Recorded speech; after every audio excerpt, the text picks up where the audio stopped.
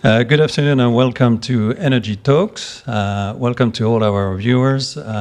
Energy Talks is a series of episodes and interviews in a dialogue format that will run up to the beginning of December, when the Green Hydrogen Summit Oman will start.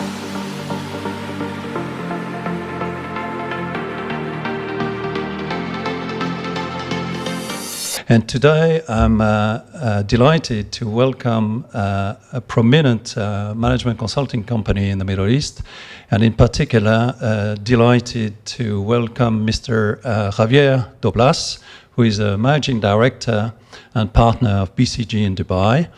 And Javier, welcome to Thank you. the Thanks episode. for the invitation. You're welcome. I'd like we start our discussion today a little bit on a quick presentation of yourself, how long you've been in the Middle East and what you've been focused on. And then I will ask you to give us also an overview of the deliverables, the experience of BCG in the GCC area as well. Very good. So yes, thanks for the invitation. So I've been in the region now for almost 10 years. As most of the expats initially came for a couple of years, but here I am 10 years later. And what I focus on is what I like to call, I support clients somehow related to the energy industry. So it can be the national oil companies, the local utilities, the renewable developers, the sovereign wealth funds, so whoever has some sort of stake in the energy industry in navigating the fundamental shift due to the energy transition. So how do we potentially invest in new businesses? How do we decarbonize our core to make sure that we protect our core hydrocarbon resource? What does it mean in terms of operating models? So this is what BCG and myself in particular have been advising clients on for the past few years. And I think BCG has been is a big name, and it's also a name that resonates in Oman as well, with experience of a project you've been working on. So at any time during our dialogue, don't hesitate to jump in concrete examples of project or things you've done, so long that you can share it with the viewers. So thank you very much for that. And welcome to the expat community. I know the feeling of coming for a few months or years and spending a life in such an exciting region. I'd like we start a little bit with a logical first step of looking into the landscape, the green hydrogen landscape and the derivatives. There's a lot of momentum in the world, but there is even more momentum from my perspective in the Middle East and North Africa region. And to do that, to start that part of our discussion, I'd like we explore what are the key enablers that are specific to the region, and maybe if you can make comments on a few of those countries leading the charge right now, such as Oman, the Kingdom of Saudi Arabia, UAE, and so on. So the green hydrogen or clean hydrogen in general, we know it's a key decarbonization lever. So if we want to reach net zero, we will need to use those clean fuels, because renewable electricity alone will not be sufficient. So that's a fact. And the countries in the region have realized that they have a tremendous potential with clean hydrogen and green hydrogen in particular, because they have the renewable resources, so solar and wind. Specifically, Oman has wind. The land available, they are geographically located in very strategic regions, so somehow halfway between Europe and Asia, which would be the main demand centers, and they have existing infrastructure, the existing hydrocarbon infrastructure that can be leveraged. And on top of that, they already have the experience, the capabilities of handling fuels with the hydrocarbon exports of today. So that's a unique combination. And as a matter of fact, then the governments have understood that there is something to be done, and they have launched very ambitious green or clean hydrogen strategies. So if you look at Oman, Saudi Arabia, UAE, are all pushing forward, because they see it as a big economic opportunity to help them diversify their economies away from oil and gas. So for instance, Saudi Arabia has pledged to become the #1 exporter of clean hydrogen. Oman has also a very ambitious strategy to produce 1 million tons by 2030, ramping up to 8 million tons by 2050. UAE also very similar targets. So these are very, very large numbers, which is testament to the opportunity that they have identified. Very good. And maybe if I could also get your thoughts a little bit about the geographic location of Oman in particular. We are basically, there is direct access to many different seas in the world, almost to the 7 seas, as we say. I'd like to get a little bit your thought about, putting Oman as a center of gravity kind of perspective. Yes. So indeed, Oman has this unique advantage that it is open to the Indian Ocean, so the potential exports to Asia are simplified. And for me, the main advantage of Oman is actually the southern coast, where you have the very good wind resources, which is quite unique to the Middle East. Because yes, we know solar irradiation is very high in the Middle East, Oman also extremely high, but this unique combination of high solar radiation and good wind speeds is quite unique to Oman. Only parts of the northwest coast of Saudi Arabia have something similar, so in the Neom region. But the rest, no. And that's the key strategic advantage of Oman. Okay, excellent. And that definitely, we also see that a little bit into the geostrategic positioning of Oman. They are talking to Asia, they're talking to Europe, and those Correct. are both potential markets. Yes. And of course, they are competing nations with all these sort of destinations, but definitely Oman is well positioned for that. So. An additional point that we now discuss in pretty much all the events related to green hydrogen and green derivatives is the so-called off-takers. I mean, this is forefront and central into any discussion, whether we discuss at government levels or in the private sector, and in particular with the green hydrogen project developers. So I'd like to get your thoughts maybe on stepping back a little bit, and maybe if you could share your thoughts on the criticality of those off-take contracts globally at the moment, and taking into consideration that I'm sure BCG has a very clear picture of how the streams of energy are moving around the world. So, I mean, as you rightly said, offtake is the key word in green hydrogen. And what do we mean by offtake is this contract by which a developer of a green hydrogen project commits to sell its green hydrogen or derivative to a buyer. And what they're looking for is for a sort of firm commitment that covers most or all of the production for a long term, ideally the whole duration of the project. And why is it critical? Is because by securing this commercial agreement, you can then secure financing, typically project financing from the banks, because the banks will ask for a certainty on the cash flows. And that's why offtakes are so critical. Difficulty here is that it's a relatively nascent industry. Costs are high, or even higher than initially anticipated a few years ago. There's still a number of technological risks. Technology is not fully mature. In the end, we're talking about billion-dollar projects, so there's always a number of interdependencies and interfaces between the renewables production, the electrolyzer, where you actually transform the molecule of water into hydrogen, the derivatives production, the export. So there's a number of pieces that need to come together. There's also a bit of regulatory uncertainty, because what do you call clean hydrogen? What is the level of carbon intensity under which the hydrogen can be considered as clean? So all these difficulties make the space a bit, relatively nascent, and hence securing an offtake remains a challenge.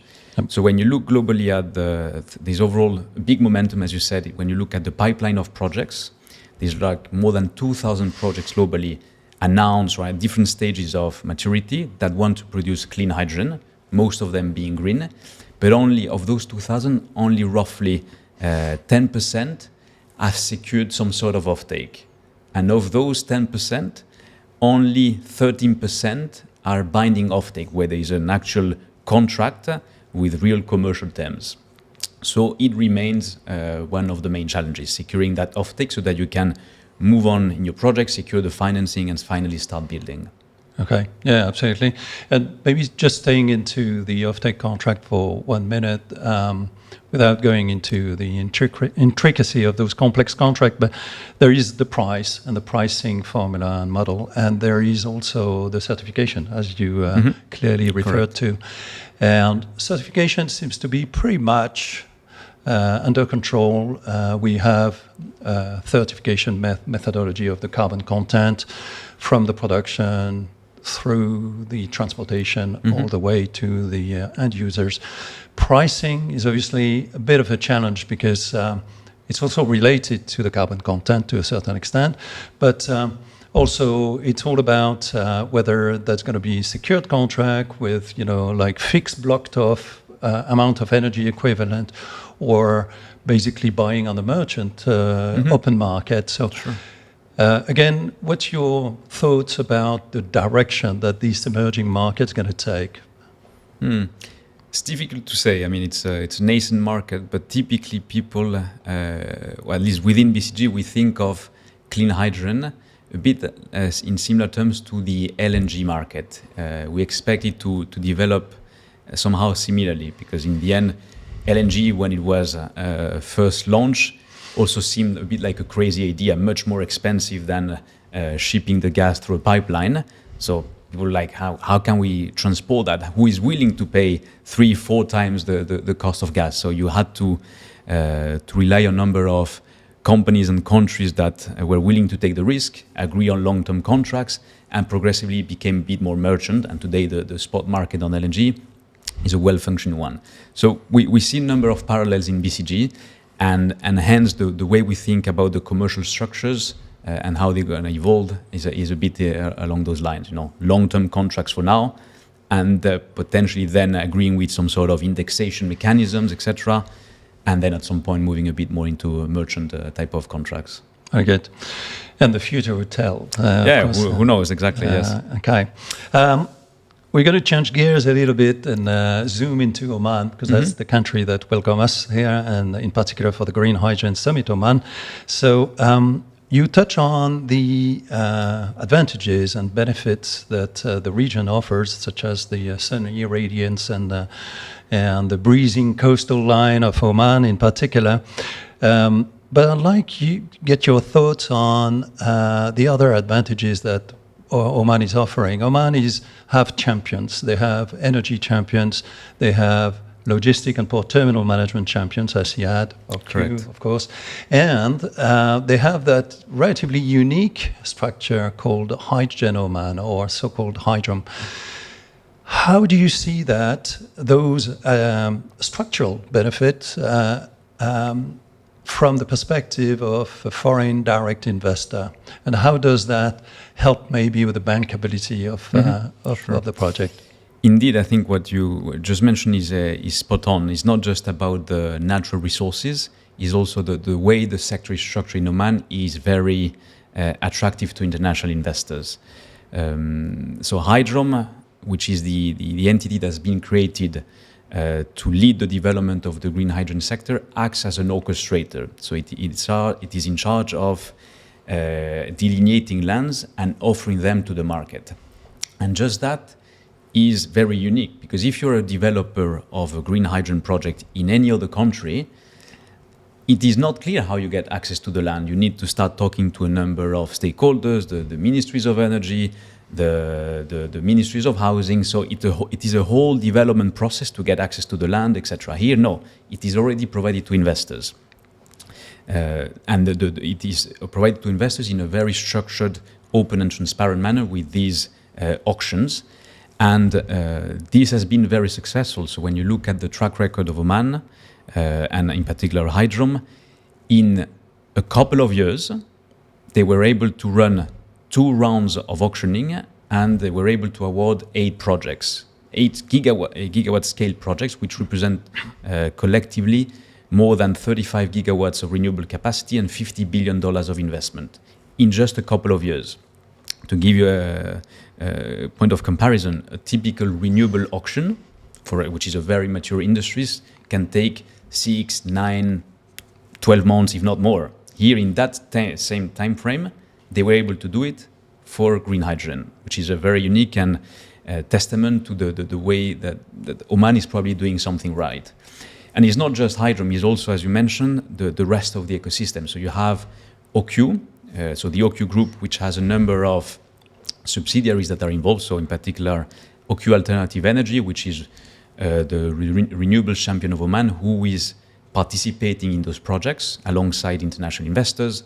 You have OQGN, the gas transmission operator, who will be in charge of developing the hydrogen pipeline, and a number of ASIAD on the logistics, because these are very large-scale projects. So you also need to make sure that the overall logistics ecosystem is ready. We're talking about the ports to import all the material. We need to make sure that the roads are ready to transport, for instance, the big wind turbines to the sites. We also need to have the export infrastructure. So there's a whole ecosystem that needs to be ready, and ASIAD has been mandated to lead that development. So overall, I think that Oman has done an excellent job at structuring its ecosystem in a way that is attractive to international investors, but at the same time enables the country to capture value locally. Yeah, excellent. I mean, that's thanks for the complete overview of the ecosystem.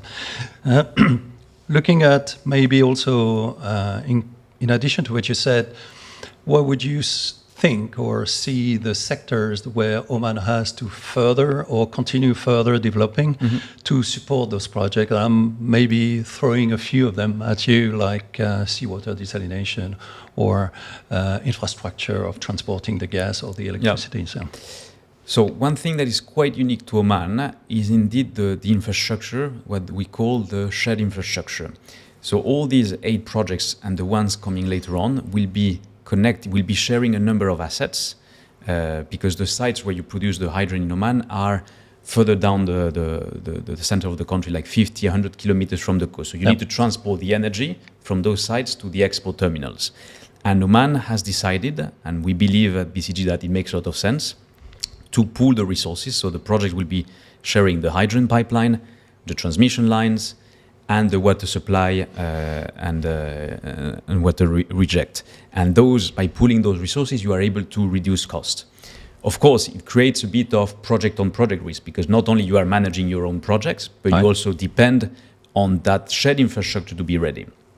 So for us as BCG, we really believe it makes sense is to make sure that that infrastructure needs to be there. You cannot add an additional sort of burden of uncertainty on the developers that have already a lot to deal with. So Oman needs to somehow take some sort of risk to make sure that infrastructure is ready, potentially provide some sort of government guarantees or simply invest in infrastructure partly to make sure it's ready. So that's on the infrastructure. We, in terms of standards, regulation, etc., I think it's important that Oman aligns with the rest of the world. So if you are going to export your hydrogen or derivatives to Europe, Asia, etc., make sure that your standards, you don't set Omani specific standards, that you are aligned with what exists. And finally, this is not easy, but is around maybe some sort of incentivization. We know that green hydrogen is expensive, especially when you compare with the incumbent technologies. So maybe there is a play where Oman can selectively subsidize or incentivize the production of green hydrogen. And one way of doing it could be, if you think about the energy transition. So Oman has committed net zero by 2050. And in doing so, it will be progressively reducing the use of hydrocarbons locally, especially of natural gas. And if that natural gas can be exported as LNG, you will generate additional proceeds for the government. And if you were able to ring-fence those proceeds and redirect those proceeds to invest in clean technologies, in particular green hydrogen, you could really further accelerate the transition. Excellent. Which is an excellent transition to another point I wanted to explore with you is green hydrogen is coming in Oman in many different ways along the supply chain and so on. I'd like to explore a little bit your thoughts about how such a massive emerging market, which we know in Oman will be partly for exportation and partly for domestic use, may change the economy of Oman. We know how we rank all the countries versus each other. I'm not so much about the dimension, but fundamentally how such a momentum is going to change maybe the society and maybe the economy of Oman as well. No, of course. I mean, Oman, with its Vision 2040, has a very ambitious strategy to diversify and grow its economy. And this is indeed required because we don't know how fast the hydrocarbons demand will decline, but we know that some sort of transition will happen. So you don't want to have an economy that is very too dependent on hydrocarbons. And green hydrogen can play a role in this transition, and we see at BCG three main impacts.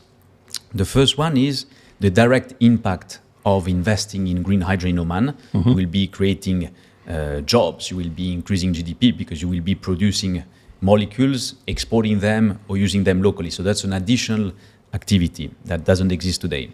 The second effect is because the green hydrogen strategy of Oman is so ambitious. So when you look at if you really are going to produce 8 million tons of green hydrogen by 2050, this requires renewables capacity of more than 100 gigawatts, which is tremendous.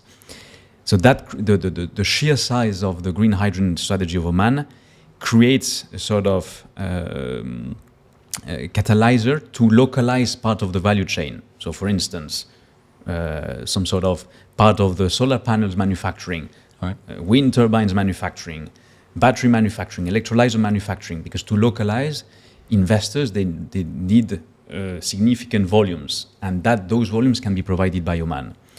And finally, for me, the third effect, which is a bit induced, is that this green hydrogen strategy has been very publicized, has sort of put Oman on the map. And we see at BCG a lot of momentum. So a number of our clients around the globe are calling us, say, look, can you tell me what's happening in Oman? We're interested. We want to be part of that, not just on green hydrogen, but more broadly about the economic diversification that is happening in Oman. And we believe that that was partly due to this very ambitious green hydrogen strategy. Very good, very good. Excellent.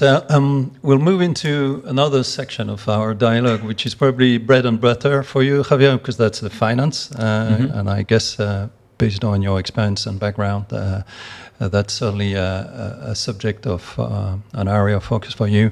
And the question I have in my mind is maybe not so much related to Oman, but in general, the emerging market in green hydrogen and derivative is coming. It's a matter of time and speed now, but it will happen. And we still have a financing industry, I would call it that way, that works in a certain way. There are traditional model of financing and non-traditional and maybe innovative model of financing. So I'd like to explore a little bit those innovative way of financing a green hydrogen project, because they may actually, this emerging industry may require a different approach to financing. So if you could give us an overview of that. Indeed, so when you want to finance some project, I mean, the typical capital providers will look at how risky this project is and what are the sort of returns that we can generate from those projects. And given that green hydrogen is relatively nascent, risk is perceived as high and the potential returns are uncertain. So that's why, we mentioned it before, the offtakes are so important to provide that commercial viability and with stable and recurring cash flows. And here you have a number of indeed alternative methods that could help. Maybe some sort of blended finance, which enables you to move marginally investable projects to, across the line and make them investable, either by reducing a bit the risk or improving a bit the commercial returns. So that's one example. I also believe that sovereign wealth funds or the government have a role to play. They can either invest in the project themselves or potentially more realistic, invest in the ecosystem around those projects. We mentioned the infrastructure, so you need to provide certainty to investors. Look, you deal with your project, but we guarantee you as Oman government that the infrastructure will be there, that you will have the overall ecosystem that the ports will be ready. So that's also a way of supporting the projects with the financing. Excellent. And you mentioned sovereign funds. Actually, they are fundamental. When we look at the ranking of the sovereign funds in the world, we find a few of them being in this region, on the Saudi and Qatari side of things. We have here Oman Investment Authority, which is also a very active sovereign fund. How do you see their maybe their presence into supporting the emerging market in Oman in particular? So Oman Investment Authority has indeed been very active in supporting the energy transition of Oman and the broader economic diversification.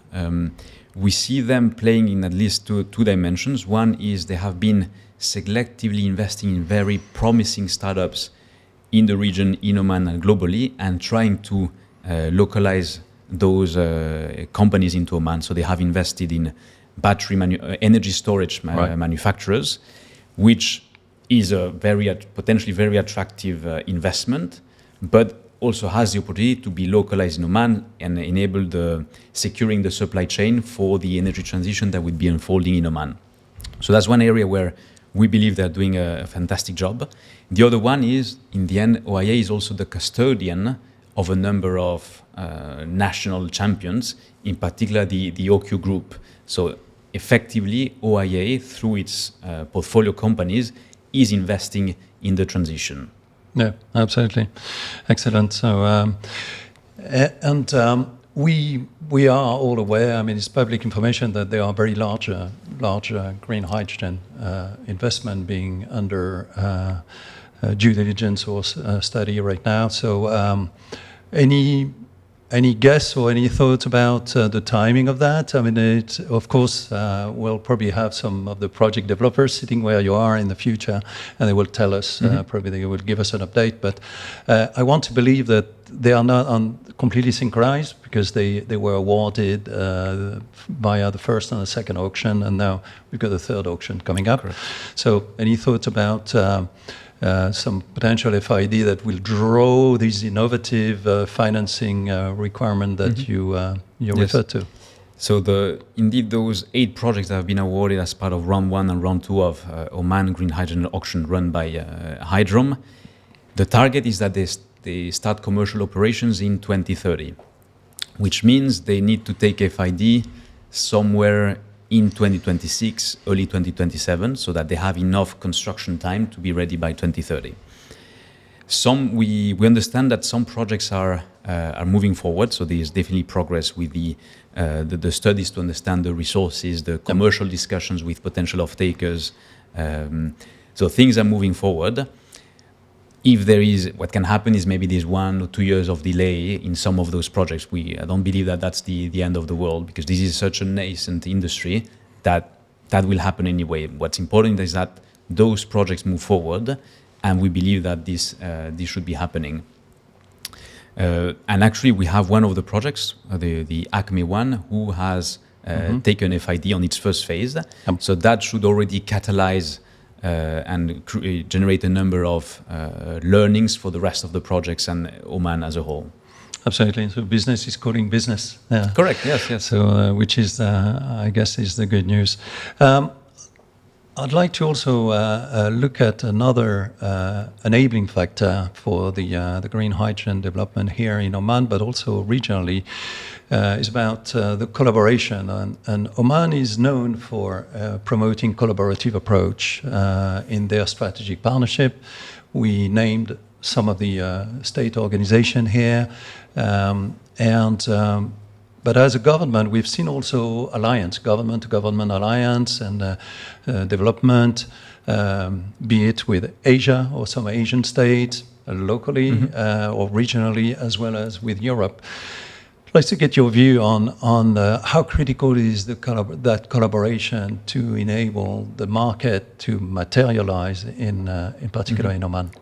Indeed, I think that's very, very critical. The government has a clear role to play. First, through Hydrom as the orchestrator. They set the ambition and they put in place the different enablers. Second, also commercially, the government can play its role because a number of those offtakes, the commercial discussions, can happen or can be supported through government-to-government discussions. So Oman has actually been very active in going to Korea, to Japan, to Europe, in particular to Germany and the Netherlands. So that's really helping the local players connect with the players in those countries and ignite or accelerate the commercial discussions. So that's a key role that Oman government is playing very well. Another one is, in the end, if you see that you have the government backing, that provides comfort and to investors that Of course. it's a national strategy, it's a national priority. So the government and Oman as a whole is behind this and will be stepping in one way or another to support the development of the industry.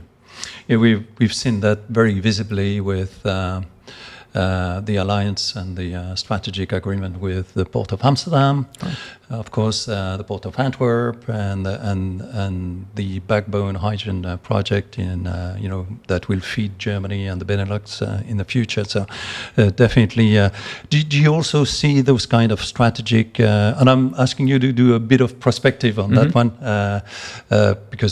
because those strategic alliances have not necessarily been announced, but with China, Korea, we know that there are South Korean investors in phase 2 of hydrogen, and Japanese as well. But do you also see or foresee a government-to-government strategic alliance with those countries as well? Yeah, very China much, as well? very much.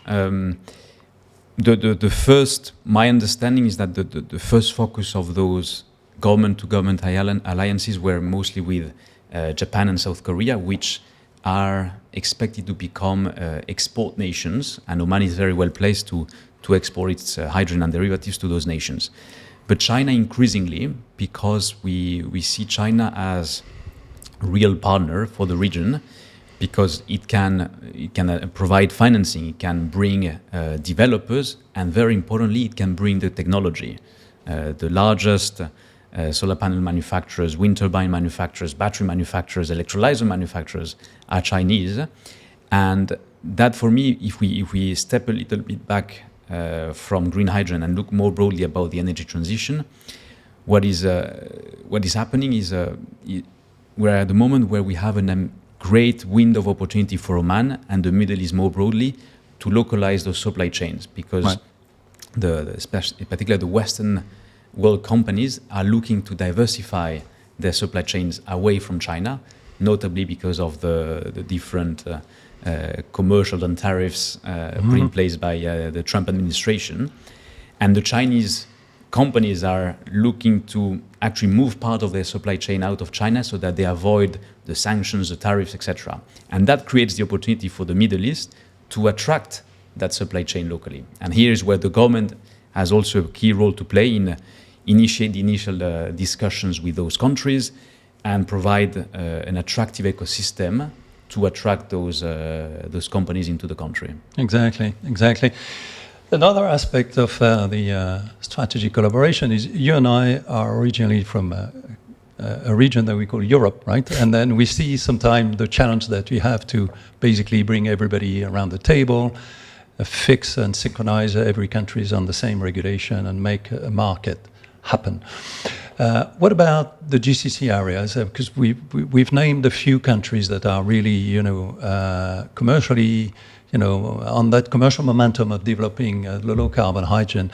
Would you see, and if you see, how much value would you see of the GCC countries that are leading the charge at the moment of sharing some of those infrastructure, be it pipeline, importing hubs, and so on? Correct. I mean, I think that even goes beyond green hydrogen. For instance, it does. When you look at oil or gas infrastructure, Oman can be very attractive to Saudi Arabia and UAE because it provides a direct access to the Indian Ocean and avoiding the choke points of the Strait of Hormuz, right? So there is increasing collaboration around the infrastructure, and green hydrogen, of course, is part of that. There's also discussions about this GCC interconnector that would also enable the further deployment of renewables, because you will be able to pool resources from different regions where you might have slightly different weather conditions. So that is bound to happen and should enable the development of the industry much further. Yeah, it's very interesting. Last point, because we have a few minutes left, I'd like to look at maybe from the perspective of the man and the woman in Oman, and they start seeing a lot of announcements, and not all of them are the same level of understanding of what green hydrogen means and so on. There will be opportunities, as we say. We talked about the challenges, but there will be many opportunities, and I'm thinking particularly about maybe the young graduates, and Oman put so much emphasis on education, higher education even, over the last decade. So how do you see that, both as an opportunity and maybe a gap to close or to fit for the young Omani generations to contribute to the green hydrogen momentum? No, indeed, it's a great opportunity. And even beyond green hydrogen, this energy transition, all these clean technologies that are starting to develop, reaching a tipping point of acceleration, that creates a lot of job opportunities, both very white collar, very technical jobs, but also more manual jobs, because you will need to install those technologies. So there is a fundamental opportunity for young Omanis. Yep. And that means also that the government needs to make sure to put in place the right training programs, university programs to train that workforce to be able to tap into those opportunities. But the potential is definitely there. Absolutely. And I think also the other good news is we've got a lot of still young engineers and people in the supply chain who worked on hydrocarbon energy, and they can actually reskill, of course, upskill, or do a transitional skilling momentum and to address that. So I think that's very good. Now we're coming toward the end, and I'll ask you probably the same question I asked to another invitees last week is, let's put ourselves in 2030, that's just around the corner. You mentioned that some of those projects should be on commercial operation, and rightly so. If we look at 2030, 2040, or even 2050, which is even more prospective and probably hypothetical, but let's say 2030 and 2040, what would you consider is a success in Oman as far as developing the hydrogen market? Yes. So by 2030 for me, it's pretty clear, is making sure that those 8 projects or whatever number of projects have moved forward and have started commercial operations, so that Oman has started to export the hydrogen and its derivatives to the different importing nations. 2040 is you have further structured the ecosystem, and you have even more projects, even greater relationship with the exporting nations. But I think importantly as well, you have been able to localize part of the value chain and also moved away from the paradigm of I just export energy or molecules. I can also consume locally and maybe go further down the value chain and export semi-finished products like HBI for green steel. Right. So that I think is an important point, to move away from I am just an exporting nation of energy. I can also produce locally some higher value products, capture more value locally, and then export those products to the rest of the world. And anchor some of that added value on the ground here. Exactly. That's great. Okay, great. Thank you very much. Of course, we are meeting today because there is a major Green Hydrogen Summit Oman event at the end of this year. So before we close here, what would be the message you would give to the viewers and the reasons why they should come to GHSO this year? Well, having been part of GHSO for the past few years, I love the energy and the dynamism. And when you look at how the event has evolved over time, it has only been increasing the quality of the speakers, the diversity of the companies is quite incredible and improving every year. So I'm sure that the 2025 edition will be even better than last year's. Very good. Javier, I thank you very much for coming today and sharing all your knowledge and your view on the green hydrogen market. And I look forward to meeting you again in December. Very good. Here. My pleasure. Thank you very much. Thank you very much. And to all our viewers, so this was the second episode of Energy Talks, sponsored by iSafety. And this was Javier Toblas, who is the managing director and partner of BCG in Dubai. Thank you very much, and see you in December in Muscat.